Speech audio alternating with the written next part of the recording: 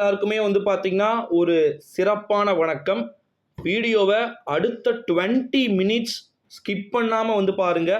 அடுத்த 20 நிமிஷம் அப்படின்றது தான் உங்களுடைய +1 இங்கிலீஷுக்கான இம்பார்ட்டன்ட் கொஸ்டின். தமிழ் மீடியம் ஸ்டூடெண்ட்ஸும் பயப்பட வேண்டிய அவசியமே இல்ல. ஏன்னா, பாருங்க இப்ப ஸ்க்ரீன்ல நல்லா ஒட்டுமொத்தமா வந்து ஜூம் பண்ணி காமிக்கிறேன் பாருங்க. பகுதி 1, பகுதி 2, பகுதி 3, பகுதி 4ல எந்த மாரி கொஸ்டின் எப்படி இருக்குன்னு தமிழ்லே குடுத்துருக்காங்க பாருங்க. இங்கிலீஷ் தான். பட் தமிழ்லே டீட்டெயில்ஸா வந்து குடுத்துருக்காங்க பாருங்க.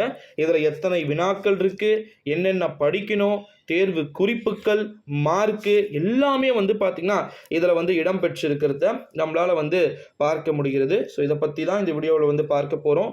கீழே டிஸ்கிரிப்ஷனில் நம்முடைய டெலகிராம் குரூப் லிங்க் இருக்குது. மறக்காமல் வந்து பார்த்தீங்கன்னா ஜாயின் பண்ணிக்கோங்க. வாங்க இப்போ வீடியோக்குள்ளே போகலாம். ஃபஸ்ட்டு வந்து பார்த்தீங்கன்னா லாங்குவேஜ் பார்ட் 2ல் பார்ட் 1ல் ஆன்சர் ஆல் த கொஸ்டின்ஸ் அப்படின்னு சொல்லிட்டு ஃபஸ்ட்டு 20 மார்க்கை வந்து பார்த்தீங்கன்னா எல்லாமே வந்து கேட்பாங்க. அதில் லெசன் வைஸாக வந்து சொல்கிறேன். எல்லாமே இப்போ நீங்கள் பாருங்கள், ஜஸ்ட் 2.5 மணி நேரம் தான் சொல்லிட்டு இதில் எக்ஸாமில் போட்டிருக்காங்க. இது பழைய கொஸ்டின் மாடல் பேப்பர்ஸ் அப்படின்றதுனால அங்கே 2.5 மணி நேரம். பட் இப்போ மேக்ஸிமம் மார்க்ஸ் 90க்கு நீங்கள் எழுத போகிற டைம் 3 மணி நேரம், 10:15 to 1:15. வாங்க இப்போ வீடியோக்குள்ளே போகலாம். 7ஆம் தேதி நடைபெற போகின்ற நம்முடைய 11ஆம் வகுப்பு ஆங்கில தேர்வு மாணவர்களுக்கான வினாக்களை பார்க்க போகிறோம். வாங்க இப்போ வீடியோக்குள்ளே போகலாம். ஃபஸ்ட்டு பார்ட் 1ல் வந்து பார்த்தீங்கன்னா சினானிம்ஸ், ஆண்டனிம்ஸ், கிளிப்டு வேர்ட்ஸ், அதுக்கப்புறம் காம்பவுண்ட் வேர்ட்ஸ், அதற்கு பிறகு வந்து பார்த்திங்கன்னா எக்ஸ்பேன்ஷன், பிரிட்டிஷ் இங்கிலீஷ் எல்லாமே வந்து பார்த்திங்கன்னா இருக்குது. பிசிசிஐ அப்படின்றதுக்கான எக்ஸ்பேன்ஷன் கீழே சொல்லுங்கள். நான் இதில் இல்லை, இருந்தாலும் நீங்களே சொல்லுங்கள் எப்படி கரெக்டாக சொல்கிறீங்களா அப்படின்னு வந்து பார்க்கலாம். அடுத்ததாக வந்து பார்த்திங்கன்னா இதுலேயே வந்து கிராமர் பார்ட்டில் வந்து பர்சல் வேர்ப்ஸ் வந்து பார்த்திங்கன்னா கொடுத்துருக்குறாங்க. ஸோ அதையுமே வந்து 4 ஆப்ஷன் வந்து கொடுத்துட்டு தமிழ் மீடியம் ஸ்டூடெண்ட்ஸ்க்கு அவ்வளோ அழகாக வந்து பார்த்திங்கன்னா கொடுத்துருக்குறாங்க. தமிழ் மீனிங் புரிஞ்சு அவங்க இங்கிலீஷில் எழுதணுன்றதுக்காகவும், இங்கிலீஷ் மீடியம் ஸ்டூடெண்ட்ஸ்க்கு தமிழ் பயம், தமிழ் மீடியம் ஸ்டூடெண்ட்ஸ்க்கு இங்கிலீஷ் பயம் அப்படின்றதான் அந்த பயத்தை போக்குறதுக்காக வந்து கொடுத்துருக்குறாங்க. பாருங்கள், இப்போது ஃபஸ்ட்டு வந்து பார்த்திங்கன்னா ஒரு சினானிம் இருக்குது, ஒரு ஆண்டனிம்ஸும் வந்து பார்த்திங்கன்னா கொடுத்துருக்குறாங்கன்னு வச்சுக்கோங்க. கம்பல்சரி அப்படின்னு சொல்லிட்டு கொடுத்துருக்குறாங்க. அதுக்கு தமிழில் கட்டாயம்னு வந்து கொடுத்துருக்காங்க பாருங்கள், புரிஞ்சுக்கிறதுக்காக. இந்த மெட்டீரியல் உங்களுக்கு கிடைச்சிச்சுன்னா சத்தியமாக சொல்கிறேன், 90க்கு 90 மார்க் அப்படின்றத தாண்டி 80 மார்க்கு நீங்கள் அசால்ட்டாக எடுக்கிறதுக்கு வாய்ப்பு இருக்குது. ப்ரோஸில் ஃபர்ஸ்ட் லெசன் எவ்வளோ, செகண்ட் லெசன் எவ்வளோ, தேர்ட் லெசன் எவ்வளோ அப்படின்னு சொல்லிட்டு ஒரு லெசனில் எவ்வளோ 1 மார்க் இருக்குன்றத அழகாக கொடுத்துருக்குறாங்க. ஜஸ்ட் இது 1 மார்க் மட்டும் தான் நான் இன்னும் சொல்லிகிட்டு இருக்கிறேன். இன்னும் நான் 2 மார்க்கு 3 மார்க்கு 5 மார்க்குள்ளே நுழையவே இல்லை. ஜஸ்ட்டு 3 நிமிஷம் தான் நம்ம பேசியிருக்கிறோம். இப்போ வாங்க அடுத்த கட்டமாக வந்து பார்த்திங்கன்னா அடுத்ததாக காம்பவுண்ட் வேர்ட்ஸ் கேட்டிருக்கிறாங்க பாருங்கள். அட்வர்ப், நவுனு, அதற்கு பிறகு அட்ஜெக்டிவ் எல்லாமே வந்து பார்த்திங்கன்னா இதில் கொடுத்துருக்குறாங்க. பட் ஆனால் நீங்கள் இதை படிக்கணும்னு நினச்சிங்கன்னா 139 பேஜஸ் கொண்ட பிடிஎஃபாக இது இருக்குது. 50 பிடிஎஃப் எனக்கு வேணும் அப்படின்னு நீங்கள் நினச்சிங்கன்னா 50 பிடிஎஃப் செட் வீடியோ பாருங்கள். ஓகேங்களா, இதுக்கு கீழவே இருக்கும். வயலட் கலர் தம்ப்லைனில் வந்து பார்த்தீங்கன்னா 11th இங்கிலீஷ் பப்ளிக் கொஸ்டின்ஸ் அப்படின்னு சொல்லிட்டு இருக்கும் பாருங்க. மாடல் கொஸ்டின் பேப்பர்ஸ் செக் பண்ணி பாருங்க. வயலட் கலர் தம்ப்லைன் அது ஏற்கனவே அப்டேட் பண்ணிட்டு அந்த வீடியோவை. அது ஸ்லோ லேர்னர்ஸ்க்கான மெட்டீரியல். ஓகேங்களா, ஸ்லோ லேர்னர்ஸ்னா ஒரு 90க்கு 45 எடுக்கலாம்ப்பா அந்த மெட்டீரியல் இருக்கிறது படித்தா. டீட்டெயில்ஸ் இதெல்லாம் வந்து பார்த்தீங்கன்னா 2 பேஜஸ் எழுதுகிற மாதிரி டீட்டெயில்ஸ் இருக்கும். அதில் வந்து பார்த்தீங்கன்னா ஜஸ்ட் வெறும் 1/2 பேஜஸ் எழுதுகிற மாதிரி தான் கொடுத்துருப்பேன். ஏன்னா அவங்க அது சும்மா இன்ச்சு மட்டும் எழுதுனா போதும் அப்படின்றதுனால. இதில் 1 மார்க்குக்கானது எல்லாமே வந்து பார்த்திங்கன்னா இந்த கைடில் வந்து பார்த்திங்கன்னா இருக்குது. ஏறத்தாழ இப்போ வந்து பாருங்கள், book back, foreign words and அப்படின்னு சொல்லிட்டு கொடுத்துருக்காங்க. ஃபாரின் வேர்டு அதுக்கான மீனிங்ஸு கேட்டிருக்கிறாங்க பாருங்கள். எவ்வளோ இருக்குது, 24 இருக்குது. இதையும் படித்து வச்சுக்கோங்க. 1 மார்க் தானே, 1 மார்க் நம்ம பிட் அடிச்சுக்கலாம் இல்லை கேட்டுக்கலாம் அப்படின்னு நினச்சி விட்டுறாதீங்க. இப்போ தான் இங்கிலீஷில் கேட்கலாம், ஏ டைப் பி டைப் இல்லை. Maths, computer science, chemistry, physics A and B, something, sometime C type கூட கேட்குறாங்கன்னா பண்ணுவீங்க. அப்போது யாருக்கிட்டையுமே கேட்கவே முடியாது, சிக்கி திணற வேண்டியது தான். ஸோ ஓகே, வாங்க வீடியோக்குள்ளே போகலாம். இப்போ அடுத்ததாக வந்து பார்த்தீங்கன்னா சப்டைட்டில், அதற்கு பிறகு வந்து பார்த்தீங்கன்னா ஆல்டர்னேட்டிவ் வேர்ட்ஸ். 1 மார்க்லேயும் நான் இன்னும் முடிக்கல. ஓகேங்களா, இப்போ தான் வந்து 15, 16 1 மார்க் கிட்ட வந்துட்டுருக்கிறேன். எல்லாமே வந்து கொடுத்துருக்குறாங்க. அடுத்த கட்டமாக வந்து பார்த்திங்கன்னா fill in the blank 20 வந்து பார்த்தீங்கன்னா 4 ஆப்ஷன் வந்து பார்த்தீங்கன்னா கொடுத்துருக்குறாங்க. அதில் fill in the blank வந்து கேட்டிருக்கிறாங்க. நெக்ஸ்ட் இப்போ உருப்படியாக வந்து பார்த்தீங்கன்னா நம்ம பார்ட் 2க்கு வந்து போகலாமா? பார்ட் 2ல் வந்து பார்த்தீங்கன்னா read the following sets of poetic lines and answer any 4 of the question அப்படின்னு கேட்டிருக்காங்க. ஸோ 21, 22, 23, 24, 25, 26 அப்படின்னு சொல்லிட்டு 6 கொஸ்டின் கேட்டிருக்கிறாங்க.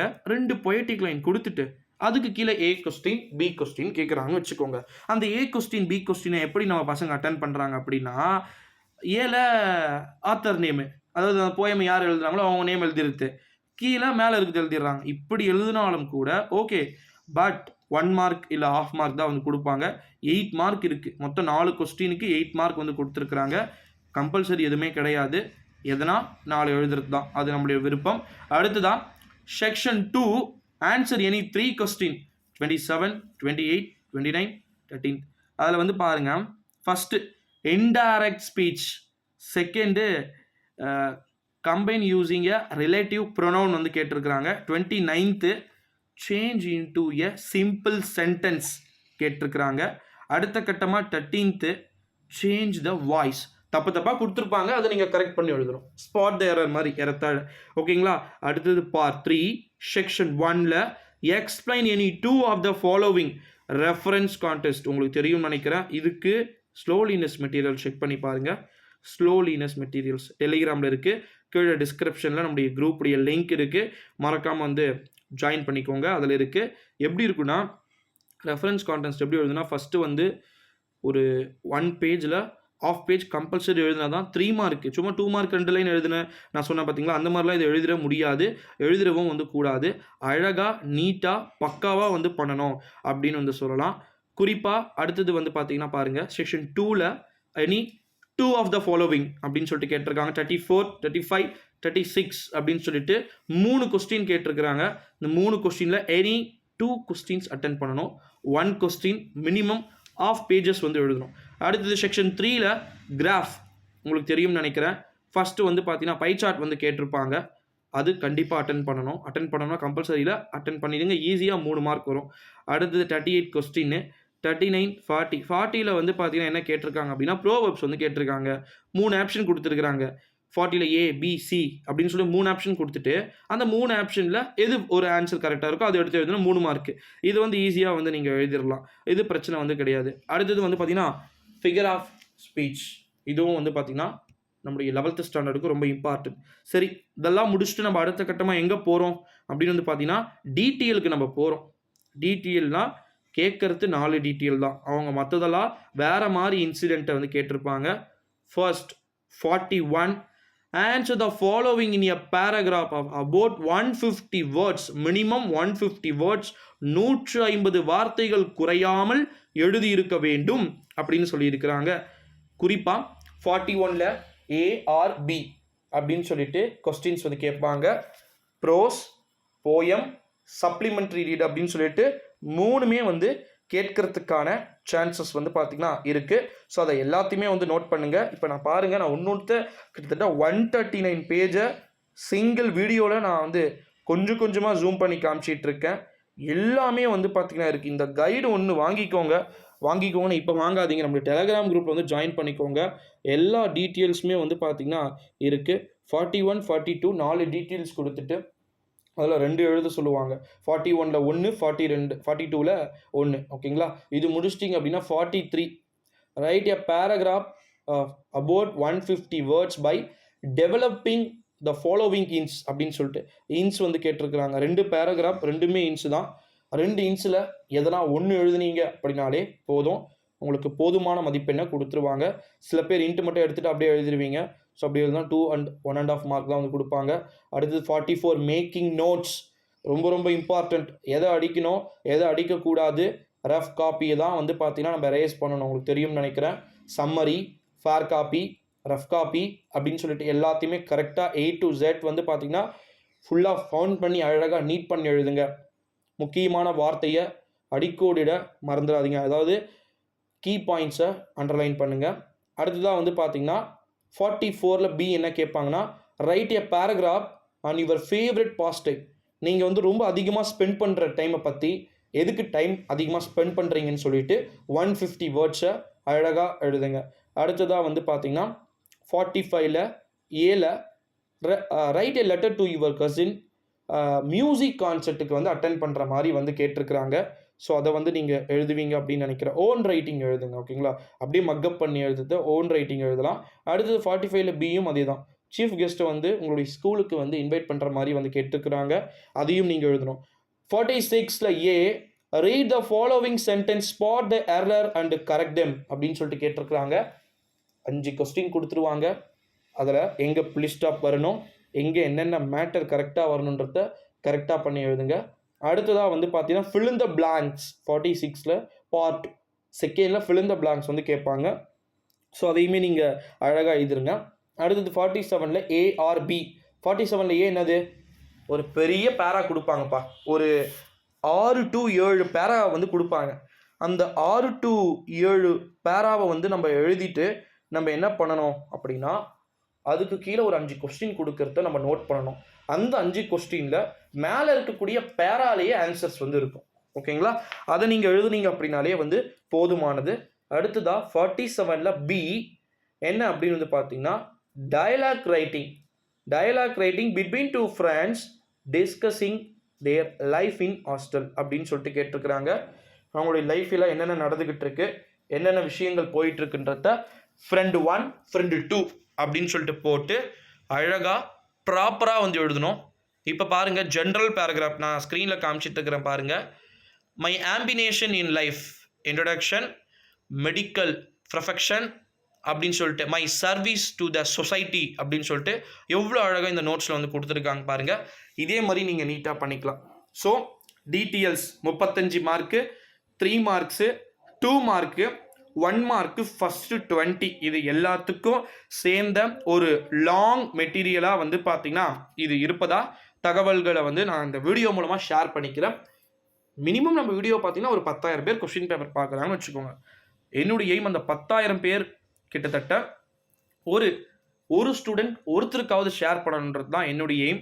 ஸோ இந்த வீடியோவை டெவலப்பிங் இன்டு இப்போ குறிப்புகள் இப்போ பாருங்கள் ஸ்க்ரீனில் 13 நிமிஷம் கிட்டே இந்த வீடியோ பார்த்துட்டு இருக்கீங்களா? இப்போ ஸ்க்ரீனில் வந்து பாருங்கள், குறிப்புகள் கொடுத்துருக்குறாங்க பாருங்களேன், எப்படியெல்லாம் எழுதணும் அப்படின்னு சொல்லிட்டு.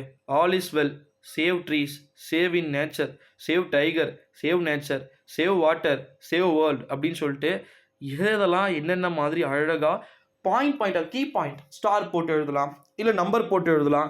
அது போடும்போது தான் சொல்லியிருக்கிறேன். இப்போ ஒரு திடீர்னு ஒரு ஆத்தர் நேம் வருதுன்னு வச்சுக்கோங்க, ஒரு போயட்டோடைய ஆத்தர் நேம் வருதா, பிளாக் பெனில் எழுதுங்க, ஓகேங்களா? இல்லைனா ப்ளூவில் எழுதிட்டு ஒரு நல்லா தெரிகிற மாதிரி பேப்பரை பார்த்த உடனே வந்து பார்த்திங்கன்னா அவங்களுக்கு கம்பல்சரி தெரியணும்.